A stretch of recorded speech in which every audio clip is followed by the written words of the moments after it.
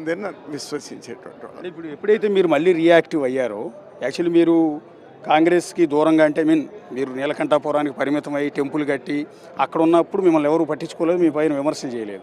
ఎప్పుడైతే మీరు షర్మిల గారితో కలిసి పార్టీని యాక్టివేట్ చేసే క్రమంలో తిరుగుతూ ఉంటే, మీతో పాటు కలిసి పనిచేసిన పాత సన్నిహితులు పెద్దిరెడ్డి రామచంద్రారెడ్డి లాంటి వాళ్ళు విమర్శలు చేస్తూ ఉన్నారు, చాలా ఘాటైన విమర్శలు.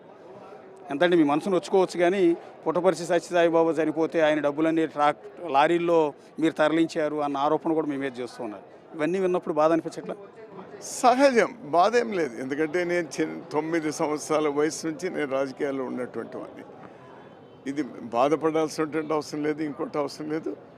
వాళ్ళ విఘ్నతకే వదిలేయాలి. ఒక్కటి సింపుల్, నేను 4.5 సంవత్సరాలు మా ఊళ్ళోనే రాజకీయాలకు దూరంగా ఉన్నాను. ఏమని మాట్లాడతారు? మాట్లాడరు. నా తోటలో ఒక మామిడి చెట్టు ఉంది, దానికి వచ్చి ఒకటి రాయి వేయడు కదా. అదే మెయిన్ రోడ్లో ఒక మామిడి చెట్టు ఉంది, ఎవడైనా రాయేస్తాడు. సో నేను ఇప్పుడు రోడ్లో ఉన్నటువంటి నిన్న మొన్నటి దాకా నేను నా పొలంలో ఉన్నటువంటి మామిడి చెట్టుని ఇప్పుడు రోడ్లోకి వచ్చినా కాబట్టి తప్పకుండా రాళ్ళు వేస్తారు, వేసుకొని. ఆ చెట్టుకు పళ్ళు కూడా కనపడుతున్నాయి ఇప్పుడు. రాళ్ళు తాగి దాన్నే తింటారు. దాని ద్వారా వాళ్ళకి ఏమైనా లబ్ధి కలిగితే కరగని. సర్వే జన సుఖినో భవంతు. ఇటు పక్క రాష్ట్రంలో మీ పార్టీ కాంగ్రెస్ పార్టీ అధికారంలోకి వచ్చింది.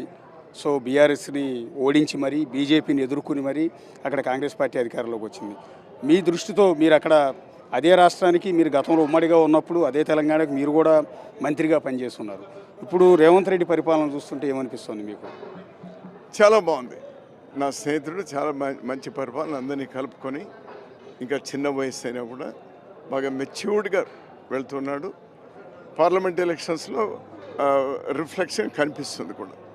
10-12 సీట్లు గ్యారంటీ అక్కడ పార్లమెంట్ సీట్లు కూడా గెలుస్తారు. ఇప్పుడు సొంత అన్నా చెల్లెల మధ్య ఒక యుద్ధం జరుగుతుందండి. ఇదే